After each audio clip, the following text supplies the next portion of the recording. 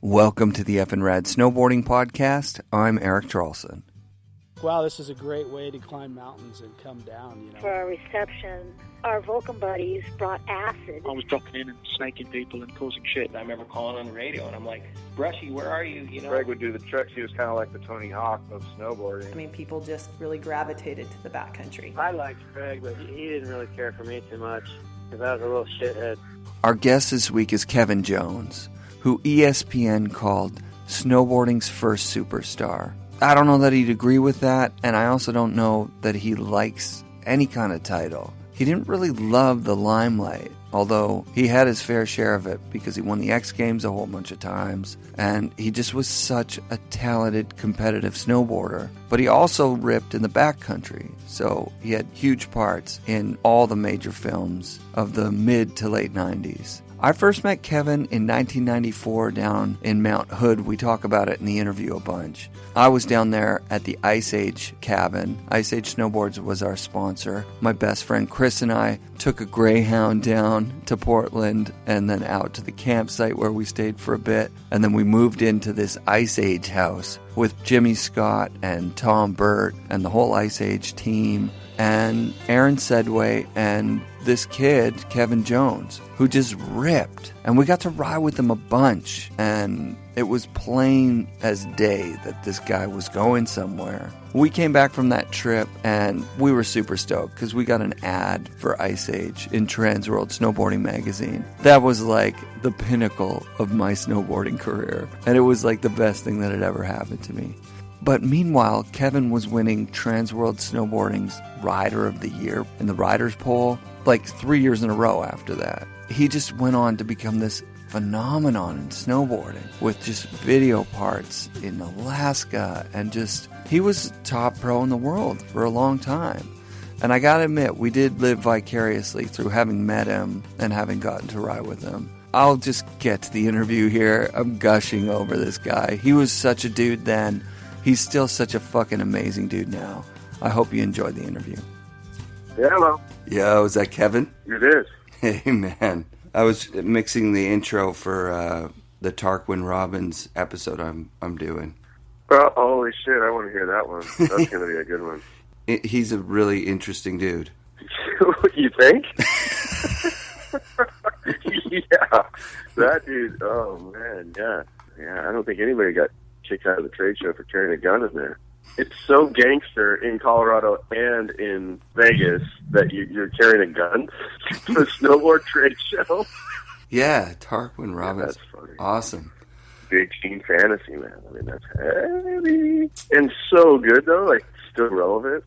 I don't normally sound this groveling, but it seriously has snowed over 200 inches in the last 2 weeks. Like, it's gnarly. It's been, like, survival and fun. So mid-90s, just awesome. I seriously think in places it's more. Like, it's so beyond on here. It's like, now all we need is just, like, those little 6 inchers, you know? Like, we don't need any more snow. When it snows, it's fucking awesome. The last time we had it here was 2011. It snowed so big, it did this. It snowed, like, 10 feet. And I was actually living in Jackson Hole at the time, but I got the reports from the Hatchet brothers. They were calling like, yeah, it's nuking.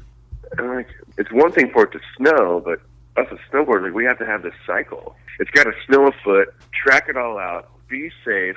The avalanche conditions have to be good. You know, it's like, there's so many things that come together to make like a good powder day happen. And you try to explain this to somebody who is not a snowboarder, and they don't even get it.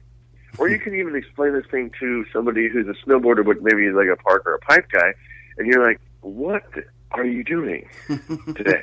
You're riding a chairlift. It's stable. That line has not been doable in 14 years. I don't know. It's crazy to me. I snowboarded so much and it's shoveled so much snow that I'm sick. I got like some strep throat going on.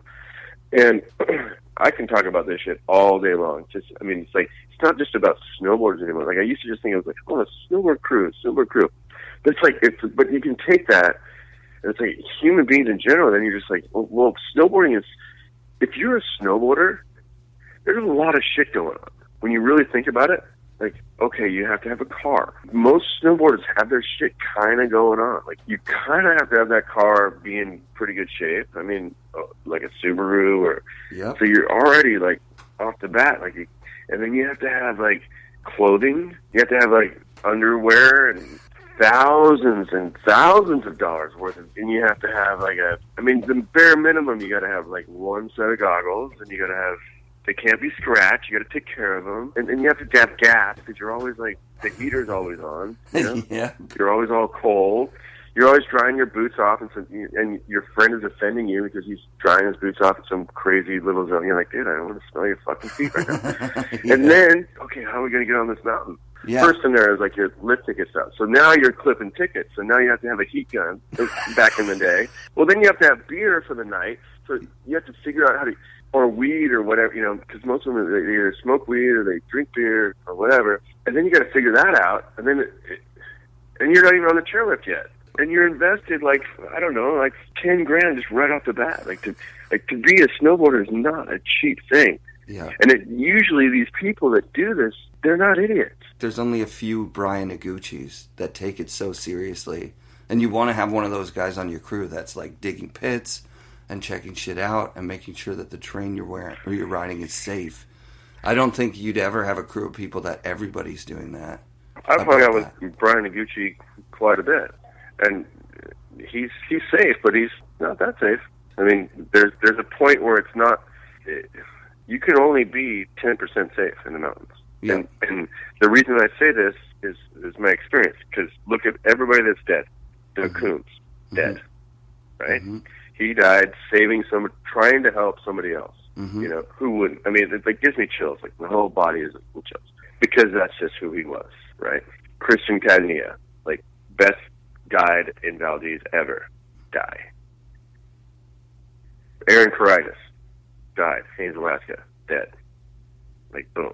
Like, just this sport is only you can be so safe, mm-hmm. but you're still dealing with mountains. You can't be safe in the mountains. There's not an avalanche safety course. When avalanches happen, they never do what you want them to do. Right. It's always further back than you think they're going to break, and they always take people's lives. Either you're going to handle that or you're not. Don't be a snowboarder then. Right. Death happens. Like, it's going to suck. What was your absolute first experience on a snowboard? I think a Kemper. I was in a band when I was a kid called Yukon Cornelius, and I this dude had a snowboard, and I just really thought that snowboarding was stupid. Like, I hated it. Were you a skateboarder? Is that yeah, exactly. Yeah. I grew up skateboarding. I was so into skateboarding. Like, I was a skateboarder. You know, your quintessential little late '80s, early '90s skateboarder kid. You know, punk rock, and you hated the establishment. You hated everybody. And snowboarding was just, what are these idiots doing? But then I watched this movie, and I was like, holy shit, John Cardiel and Selaznick, like two of my ultimate idols, right? These guys are snowboarding? It must be cool. I remember having this thought. I go, if Cardiel is snowboarding, I better go try it, because it was just right here, you know? Like, the footage I saw was that they're just right up the hill. I lived in Tahoe, or in Potterville, which is a 20-minute drive. So I was like, fuck, I better go up there and check it out. And so I went snowboarding. I was hooked. Like, the first moment, like, I strapped into a board. It was a Kemper. Cardiel doesn't realize the influence that he has had on somebody's life. It's like, I traded my bass guitar for a snowboard. I don't even know how I got up there. Man, I didn't hitchhike. I know that. But somehow I got up to the mountain. I don't remember. And I put this thing on, and it was just like, I didn't fall. I knew what I was going to be doing for the next 20 years. Like, I seriously, I got off this chairlift thing. I remember, like, kind of tripping on the chairlift, and I went out there, and I'm all by myself, right? And I get on this thing, and I go, it wasn't like my homies were taking me up, right, or showing me how to do it. I'm like, I got off, strapped into the thing, and it just felt so right. I was like, fuck, this is awesome. It was like the breeze is going, and it was like cold, the Boreal. Boreal. Yeah. You know, that huge mountain in Boreal, California. But I just remember, like, it was so, and I rode down that mountain, and I was like, wow, this is incredible. And that's basically how I started snowboarding.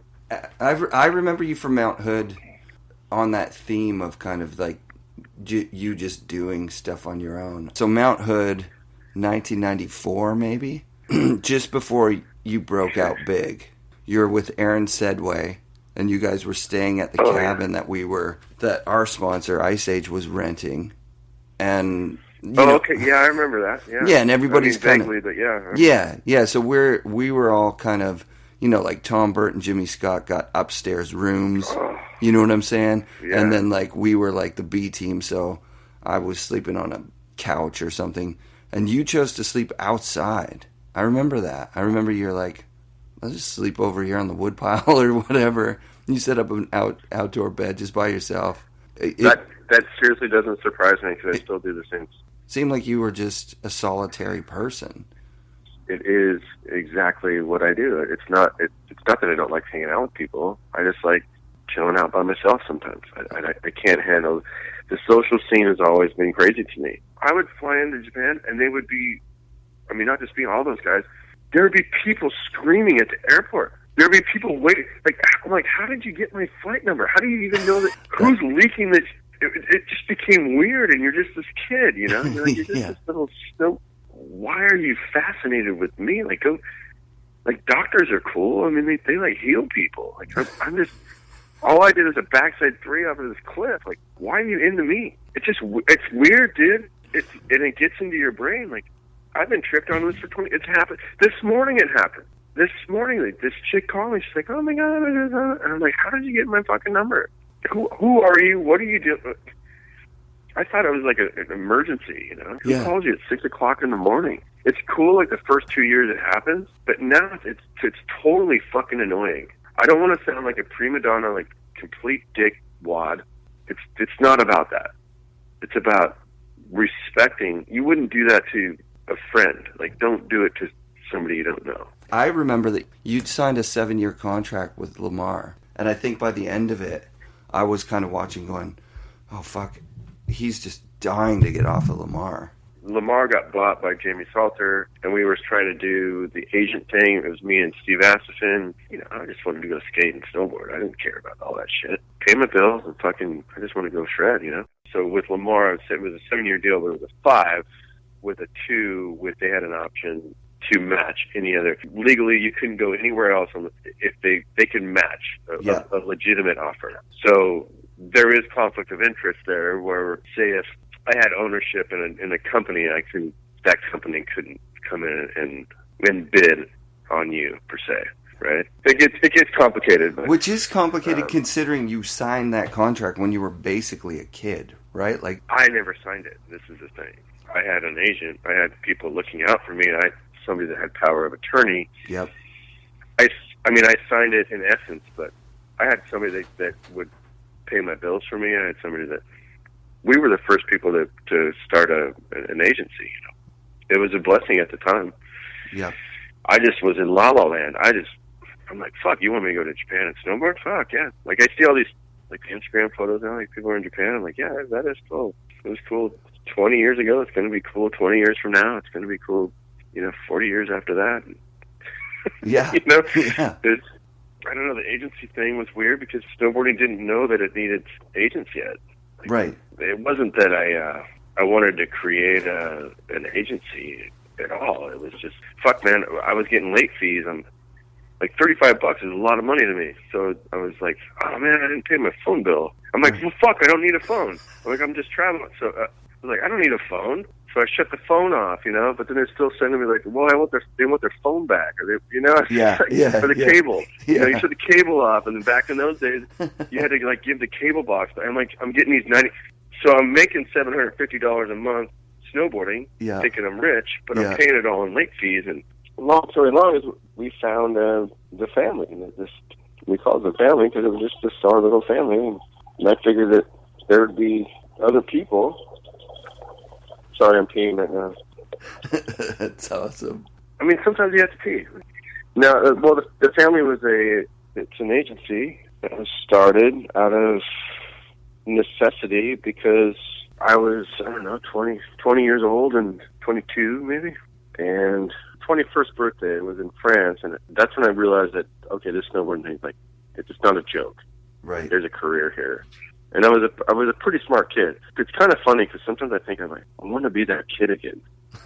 I want to be that kid that's so open-eyed and so, there was no opportunity that I was like, okay, cool. Yeah, and he had no idea. So it was like, okay, yeah, you paid my bills. So he paid the bills, and I'm like, okay, well, I got this contract coming up. Why don't you go talk to this guy? Because I don't want to talk to him. Because I'm just like, I'm not good at talking to people. I'm good at interviews now, but that's 20 years in the making. Sure. But back in the day, I was a scared kid. Like you said, like you saw me at the Mount Hood place, I would go sleep outside. Yeah. You just came and skated with us, and you were good. Like, I remember that.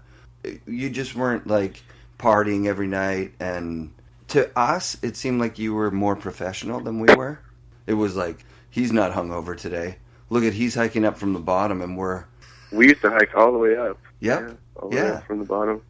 But what I have learned in life, in my life, is that when you have one thing that you're really good at, and people struggle with it or fight with it, like I don't have to talk. I can never talk about snowboarding, and I'm just going to be a great snowboarder. Yep. And I'm comfortable saying that. It took me a long time to be able to, you know, to be able to say that. I have a gift. You do. It's no different than somebody that rolls sushi. I go to roll sushi, and then my fingers don't work, and I'm like, I can't cut it right. I'm just like, fuck, man, why can't I roll sushi? It's just we all have these gifts. Yeah. It's not. You found yours when you were young. And I was lucky to find my gift. Yeah. And we were lucky to have had it. You were like Transworld's rider pole rider of the year for a couple of years in a row after that, and I remember being like, that's why he was so fucking good, was because he's fucking so good. I was measuring myself up against you going, I gotta quit, man, this guy's too fucking good. It's so funny too, because you bring me back to the thought process of the time. Mm-hmm. Like I was the same way. I was like, if I didn't learn this trick, I'm not gonna. Mm-hmm. All I wanted to do was like to go to Alaska, and I wanted to be like Noah Selaznick. And that was my whole, like, it's all I wanted to do. I just want to be like Selaz. I want to be like Selaz. I want to be like Selaz. Like I was obsessed with it. Like partying, like going to Mount Hood. I lived in a tent up there for so long. I live in a tent now too, by the way. But I got the social thing. Like I wanted to party. I love drinking beer, but I didn't like to do it all night to where it affected the next day. Like the party, like my mantra was always the parties on the hill. Like, what are we here to party? Are we here to go up on the mountain and make rad shit happen? Like magical shit. I can look back in my memory bank and go, fuck, man, heavy, awesome things have gone down, you know? But the curse of that is that you don't stay up all night and have that conversation in the bathroom with the girl that you probably should have, or your family misses you, or yeah. I didn't know that you had left the scene deliberately. Like you called your sponsors, you're like, fuck, stop the checks, I'm done. I'm not going to snowboard anymore. Was there an incident around that time that just made you go like, fuck snowboarding? I think I know what your question is, and it's a very good one. Yeah. I woke up and went, you know what? Fuck it. My whole body is chills right now. Mm-hmm. Snowboarding is so important to me. Mm-hmm. It's my life. But it's your job. But all this other shit that's involved with it. We had agencies going on. We had fucking, like, I had to go down and get my face casted for being a action figure. Like, yeah. Not the first one, but the second one. I'm like, fuck, do we really need a fucking another action figure? I don't know. I was just running around, like, chasing my tail. It's like, I would walk into these places, okay, and it'd be like, and staying in these super nice hotels. I'm like, I don't want to stay in a nice hotel. Can I sleep outside? There's no fucking, I would stay in these hotels, and they wouldn't even have, like, a way to, like, open a window. They thought that that's what you wanted. They thought that you wanted to be on the, $500,000 fucking hotel room penthouse. I'm like, no, I just want to go fucking sleep under the stars. That's all I want to do. And hang out with somebody that's cool and drink a 40. Sure. And that's all I want to do. It's like, I don't need this. This is your guys' idea of what you think that I might want. I don't want that. Never have, never will. So when I said finally, like, fuck off snowboarding, I had a wife. Mm-hmm. I gotta, like, chill. And I always thought that I could chill. And when I say chill, I mean, my obligations for years and years and years. Like, you can't keep up that schedule. And then the more famous or whatever, or the more popular you get, you have more shit just piling on. But the thing is, with sponsors, you don't ever get to... It's like California tax laws. They add 350 of them a year, and they don't ever take one away. Right. So here I am, I'm getting older, and I'm like, more shit's going on, and I'm like, there's an X Games commercial on TV, and I'm like, fuck, my face is on that. I'm like, I don't want to be on an X Games. I just went there and snowboarded a couple times, man. Like, I don't want to be like the X Games guy. Then I told X Games, I said, fuck you, I'm not coming. Wow. I'm not going to come to your event anymore. I don't want to be on your commercials. Like, then I couldn't stop it. It was like, it was weird, man. Like, it just got so, you're a puppet. Right. And I went kind of crazy. I was sick of people using me to make themselves money. Yeah, that doesn't sound And all crazy. I wanted to do was just crawl outside and sleep under the stars. That's all I wanted to do. It's really interesting that you brought up that hood story. I don't remember that per se. I remember the Ice Age house, and I remember going up there with Sedway. Yeah. And he had some super good weed. And I totally remember that. Yeah, I don't think we ever got in with the weed. I think we were... No, I don't remember smoke it, but I just know that's how we paid for the gas. Oh, nice. Sell some weed, so... Nice. Yeah, so for us, for me, that conversation with you, I was genuinely curious why the fuck you were sleeping outside.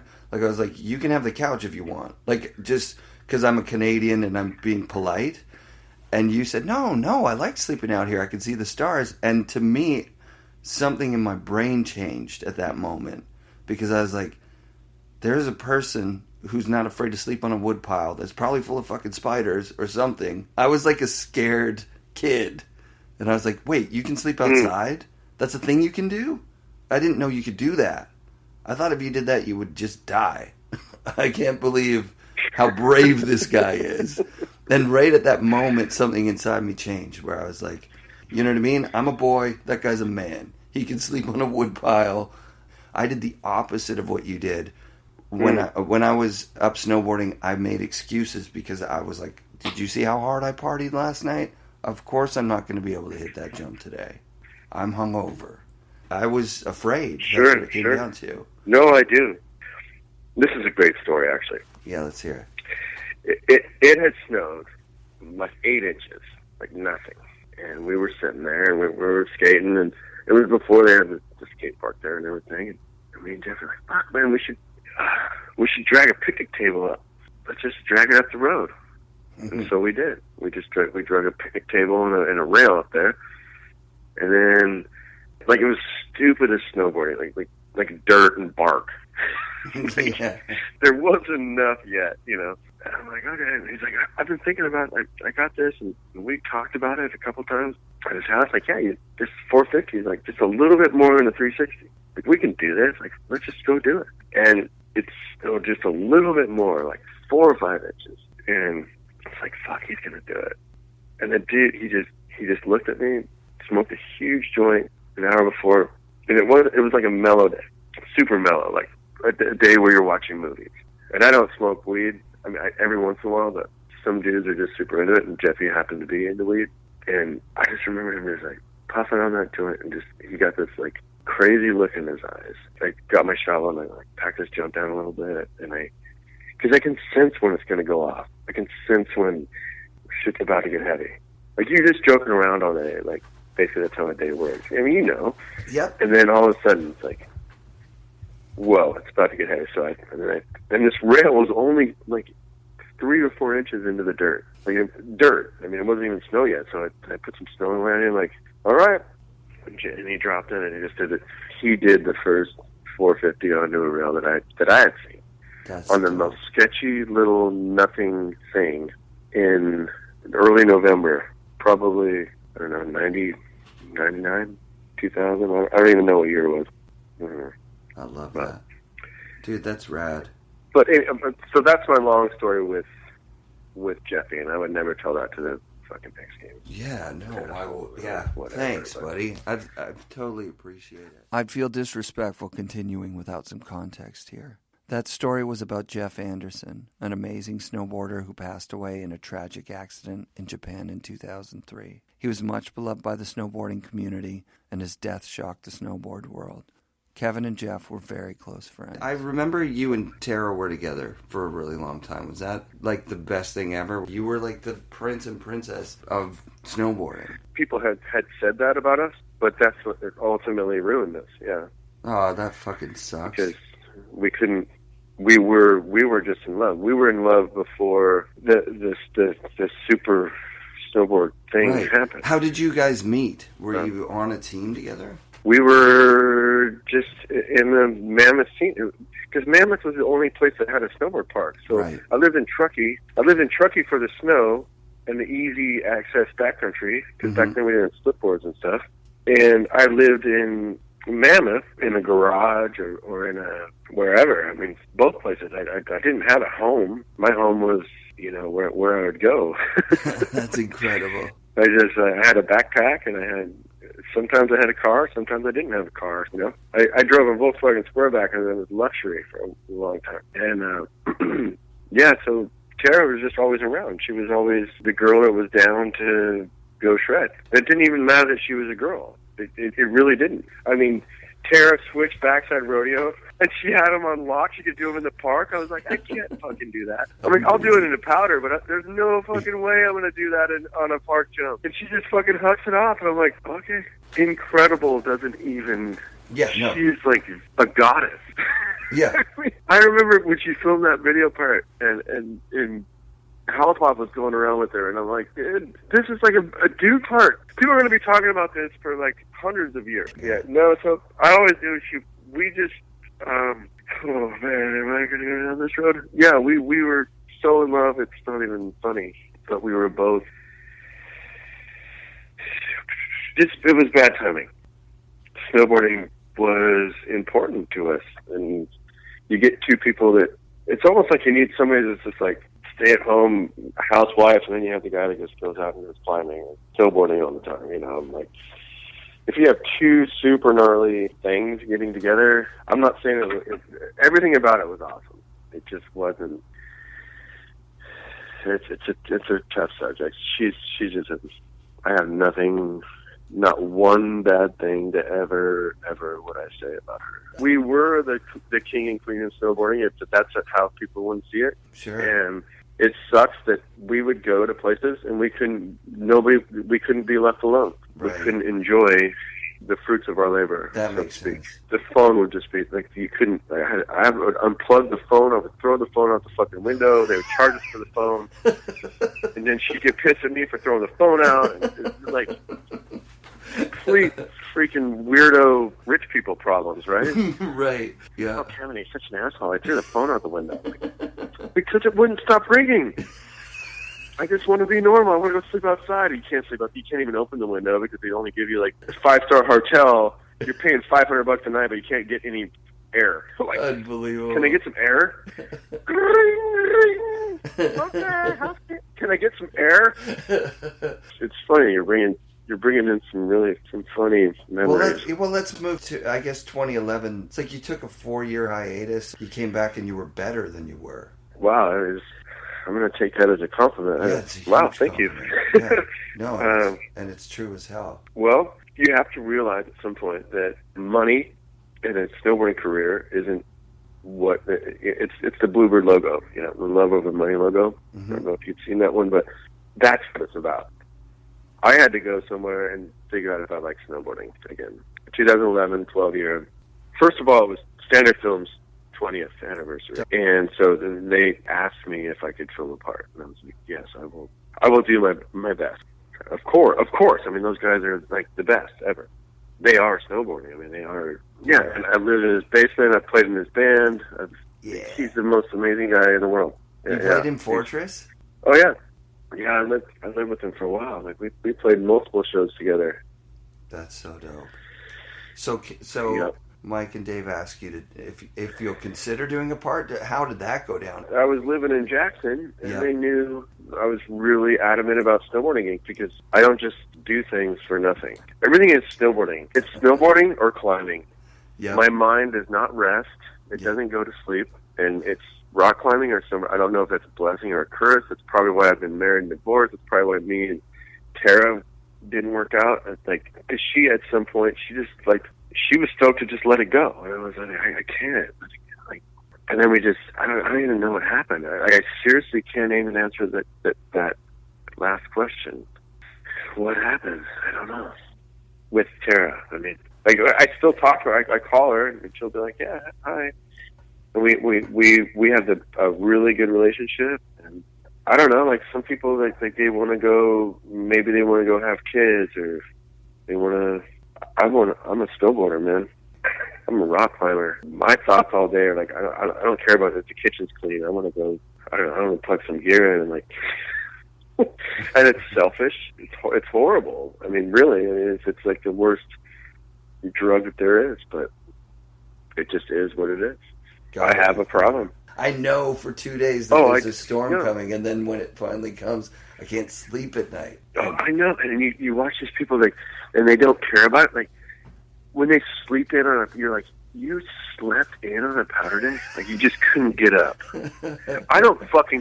I have been so hungover in my life. I have done coke till 3 a.m. and woke up. I have been so drunk in the probably 0.5, like so legally dead in the morning and got up and rode POW. It's powder. And you're telling me you had like 1 or 2 beers and like it's always like they had a sushi thing going on, or they had like fuck you, man. You didn't get it. Are you a snowboarder or are you not? Are you part of the club or are you not? It's that simple. So probably that same year when I went up with Segway, that was the first year I got to film with the standard guys. And Mike Hatchett told me, he goes, you can sleep when you're dead. Nice. And I'll never forget that. I'm like, whoa, dude. And the ethics, and they pulled me aside and they were like, they probably saw what you guys saw, some talent. I'm okay talking about that. It's not cocky. I'm not trying to be like cocky. They taught me everything that like my work ethic, my avalanche savvy. Like those guys, I would be nothing without those guys. Zero. I was just like a kid. This is a good story. Me and Rich Van Avery, right? He was a photographer. He was actually filming with Standard at the time, 16 millimeter, and he had 2 extra rolls of film because they were. He had gone filming that day, and it was a powder day squash. And so he came down the mountain, and I was skating in his garage. He had this little half pipe, and he's like, "Hey, you want to go film some stuff?" I go, "Yeah." Well, what do you think? Dawn or something, maybe? He's like, "Well, we got like 4 hours left of light, and I got this roll of film, and I haven't used it yet." And it said Tom Day on it, right? Tom Day, like the most badass skier in the fucking world, right? Yeah. I'm going to be on the end of Tom Day's roll. Like, fucking heavy, dude. I'm like, no, I don't know. I just, so we drove down the hill. We're in Alpine Meadows. I don't know. I grabbed like a 6-pack of Coors Light or something. I'm like, where do you want to go? We ripped up the Donut Summit, filmed just me and a filmer. Like, there was nobody else. Like, completely irresponsible, high avalanche danger. But yeah, so we went up there and we got shots up there. And then he's like, well, because back then, like when you shot with the film, you'd only shoot like for a second.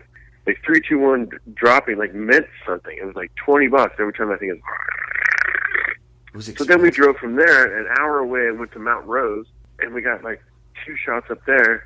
And they gave me the end part in their movie, even though it wasn't.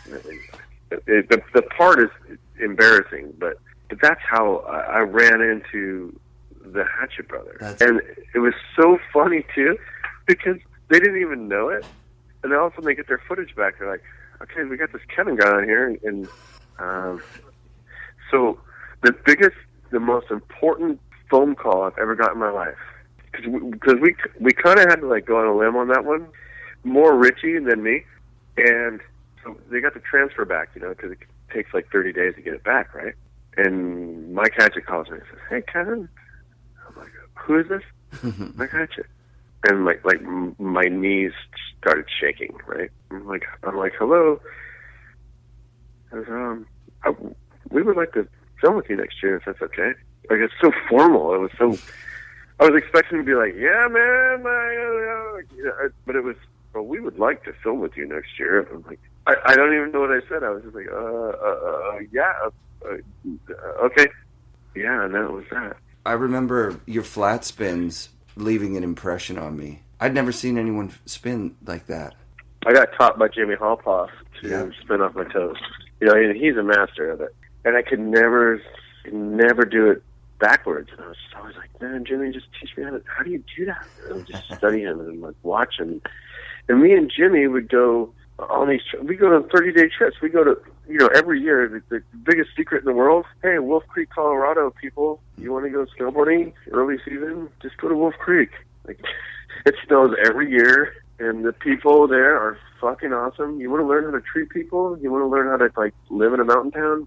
And there's hot springs, and ooh, nice. It's just funny. Like they don't.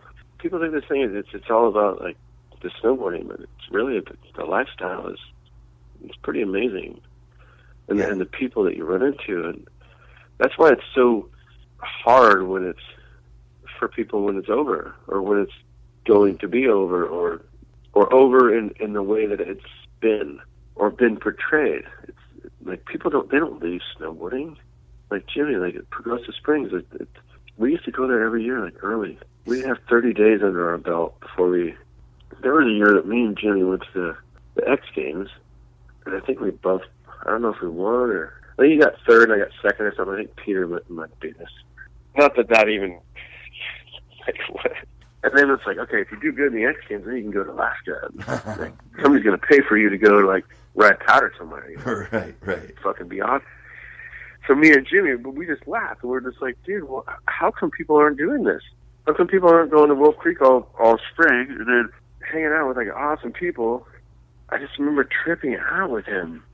And we're like, what are these people doing in this industry? Like, where's our industry going? But we had no control. It was like zero. Right. Even though we were at the top of our game, and we're going to this X Games thing, and we're sitting in our hotel room. Me and Judith, we went out and like smashed some bottles on our head, whatever, like got drunk. But this thing's stupid. But it was a way for us to go, you know, at the end of the year. Then come March, we're in Alaska, right? So like we're riding past, like we had to go through those steps, those hoops, to make trips happen, or to get your dream trips. That's all that was about. That's all. The X Games and all that shit, and like contests in general, is only a way to make money. To go and do rad shit. And then all of a sudden, it was like the X Games became you, and then all of a sudden, like, and it happened so fucking quick. And Jimmy got out early, because you should do one with Jimmy. I have to do one with Jimmy. You know what sucks about this whole thing is I lost, like, a little bit of connection with him. Like, snowboarding, it hurts. This generation that we have, or what I was involved with, it's not just, you know, you just go up to the mountain, like, who are these fucking assholes at Instagram every day that are in the Mammoth Park?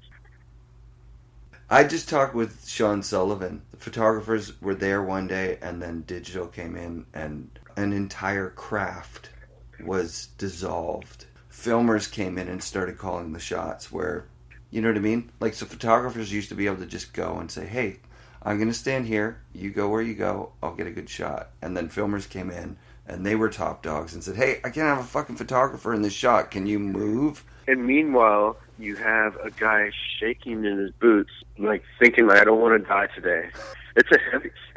You painted that picture very well. So Rankwood told me that he would be in Alaska, and he wouldn't want to get out of bed, because he was so afraid of what he was obligated to do that day. Oh my God, that is such a perfect quote. I want that on my wall. Oh my God, that was incredible. I don't even know if I can even continue. Yes, Rankwood. Of course it's Rankwood that said that. I sat up there in my fucking hotel room, man, like window open, 30 degrees outside, going, fuck, I'm scared, shaking. How come people don't know this? I don't know. Like, do football players do that? Like, probably, yeah. Our sport is fucking gnarly. Yeah, no, your sport's gnarly. It's crazy. Rankwood also said that he was up in Alaska with Craig Kelly and kind of gave him a nudge and said, it's this. This is what snowboarding is. This is its own thing here. Oh, this big is good. lines. Yeah. This is good. I've talked to Rankwood about this before. Snowboarding it's not a copycat of skateboarding. It's not. Can you imagine like my little dipshit self? I was on the same team as them. My heroes, right? John Cardiel and Mike Rankwood. You want to hear how blessed I am? I got an opportunity to be on the same team as these dudes. Like when we went on a photo shoot with Mike Rankwood and John Cardiel. Dreams do come true. For us, we dreamt that we were pro snowboarders. So we left Vancouver. We went down to Mount Hood. We were going to be pro snowboarders. I never once, still to this day, I have a hard time telling myself I'm a pro snowboarder. There you go. That's the difference, is that we went down trying to be something. We came back and we had to admit that we weren't. But we got to say, we did meet one guy. He slept out in a wood pile. The next year you blew up and we were like, that was our guy. He was there. Like, you instantly became huge. We felt like we'd made it. Wow, that's heavy. Yeah, no, we felt like we'd made it because you just continued to make it. And we were like, we got to ride with that guy. We got to fucking hang out and chill with that guy. He's fucking amazing. So, yeah. Well, it's not over. No, it's not. Not even close. I snowboard more now than I ever have. And enjoy it more now than I ever have. And it's more enjoyable. Yeah, exactly. You summed it up. It's more enjoyable. Thank you so much for sharing that with me. I thought this was going to be just some stupid interview, but it's actually turning into... I'm really excited that you called me. Fucking right, Kevin. I get a little emotional. I'm emotional about snowboarding. It's my life. It's religion. It's a cult. It's a fucking, like, it means a lot to me. I'm over people discredit. Like, sometimes I just trip out on myself. I'm like, oh, well, am I just being selfish? It's like, no, I mean, you're a snowboarder, man. Like, you know what it means to be a snowboarder? It means a lot.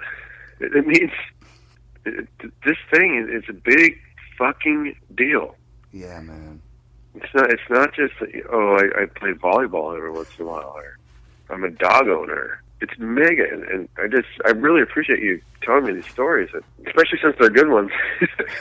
Tom Burt, being just in the house where Tom Burt is telling snowboards. If you hung out with Tom Burt for 2 hours, yeah, I mean, that you're lucky. You're already lucky. You're already like that dude is beyond like I don't even compare to that guy. It's not even it's. I know it's different. It's a different kind of snowboarding style, but the dude is so fucking heavy. And putting all that stuff together and having to deal with Dave and Mike and fuck, man. And Tom Day. It's like when we found Haynes, Alaska. Okay, here's a good story for you. When we found Haynes, me and Johan, Tom Day, Mike Hatchett, like some world-class skiers there. But so we got a tank of gas for this helicopter, right? Yeah. Okay, we've been like locked in Skagway, Alaska, for probably at least 10 days. I'm gonna think it's more like 14. But wow. we couldn't move. Like you couldn't get it. There was the mail flights weren't flying. Because up there it's mail flights, right? All these little beaver planes. So if you could hear the beaver, you're like, anyways, we couldn't get it out. And then we're like, okay, well, what do you do? Well, you're drinking for a couple of days. Tommy Moe is up there, that guy. And so we're trying to hang out and just ride some powder. And everything was so big. Like, that place is magic, but it's just too fucking big, dude. Like, huge. Like, huge head walls. Like crazy cathedrals. And we're flying. And it's Laz was there and Johan was there. The only other time I've been scareder was in a helicopter with Xavier. But get this crew. Like, chew on this for a second. Johan, me, Salaz. Oh my god. I know, and I'm fucking trip. I'm sitting there just going, oh, like I was like flipping out, right? So we get shut down like multiple times, like whatever, and we got like pretty good budgets. Like everybody's got a good budget. There's nobody's like super stressed on money, right? Because I mean that's a factor. Like some of those trips, if somebody's stressed, I don't know, it brings them down because you can. I don't know. I don't know if I'll ever be able to go on one again. But I'd love to. But long story long. So we go out there, and it's like, gnarly. I watch Salaz just bump down these things that would make any Instagram today of anybody would just love to watch what I watched. But it wasn't even filmable. Like we didn't film that shit. You just wrote it and you didn't film. Unless it was film worthy. It's just that's the weird generation gap thing that we got going on. Yeah, you film everything now. But all you're making, I don't want to see that shit. It's horrible. Like we used to take pride in ourselves. It wasn't about there was no likers. The whole paradigm has changed. It's weird. Not only is it weird, it's scary. It makes me not even want to be a part of it. Yeah, I could see that. But so you have this dream team up here. So then we're like, fuck, man. Well, this sucks. It's too big. It's too crazy. And to this day, nobody's been back to Skagway. My point being is, we all put in $10,000, $10,000. Can I say that again? Holy shit! $10,000 to go find a new place, right? To go snowboard. People don't do that anymore. No, they don't go on recons. So now we got in the helicopter and we go, fuck, I think right. So if you're in Skagway, right, you look across and you're looking in Glacier Bay and you're looking at Haines, basically. I'm like, okay, well, let's go over there. So we put a bunch of fuel in this stupid little helicopter. Let's go check that out. And Haines was born, and that's Haines. We flew over there. My body is so chilled out right now. I can't even, I get chills. So we flew over. I get emotional. So important to me. It's crazy. We flew over. It was white-capped. I remember it like it was yesterday. So super gnarly white-capped because we couldn't fly out. Nobody could move, but we got a helicopter there. And we flew over there, like against the will of, you don't get signed off. You just fucking go grab the helicopter and just go, right? So we went. And I go, let's go over here. And to the Steve Jones of TGR, and it was Mike Hatchett, and it was myself. And we flew over to Haines and saw speechless. I don't have pictures. If it was today, there would be I don't know, there'd be Instagrams of it, pictures. It would be like just fixed wing, filming fixed wing, filming fixed wing, filming helicopters, filming. Fuck that, man. So anyways, we got in there. I just remember coming over the harbor and just being like, oh my God, we're on the wrong side of the hill. And so the only conversation that we had was how do we get fuel here? How do we get fuel here? How do we get fuel here? It's obsession. The mind was just fuck, how do we get fuel to Haines? I was just on a mission, dude. I just wanted to snowboard. I'm kind of still there. I wanted to be in standard film. Yeah. Because back then you didn't have internet. You didn't have fucking Instagram. I wanted to be in a standard film. And I didn't know what that entailed. Fuck, it took half of my life. Yeah. And you know what they did? You know what the most amazing compliment I ever got in my life? The most amazing thing, my whole body is chilling, was the best of TV, who's the first one? I was like, oh my God, oh my God, oh my God, oh my God, oh my God. I was with my ex-wife. Yeah. She was like, yeah, it's cool. Oh, fucking heavy, dude. It was crazy, dude. I didn't even want to. God, it chokes me up. When I say that dreams come true, that dreams do come true. I don't care what the people are doing. I'm done. I can die now. I'm a snowboarder, man. All I do is look at weather reports. And I'm a fucking snowboarder. Shoot me now. I'm a snowboarder. All right, dude. Thanks again. Okay, brother. All right, talk soon. Take care of yourself. Yeah, okay. you too. Bye-bye. Bye. FNRad shout-outs to all the listeners around the world this week. Thanks, you guys. You guys are the best. Special thanks to our guest, Kevin Jones. Fucking awesome talking to you, buddy. That was crazy awesome. Make sure you come back next week for our season finale of Season 2 of the FNRad Snowboarding Podcast with a very special guest. All right. The FNRad Snowboarding Podcast is brought to you by BR Productions. I fucking hate phone. There's nothing worse in your life than a fucking phone. If you get obsessed with a sport. Did I just say that? I didn't say that, did I? Yeah. Oh, God, I have been doing too many interviews. Sport, yeah. It's a sport, fuckers.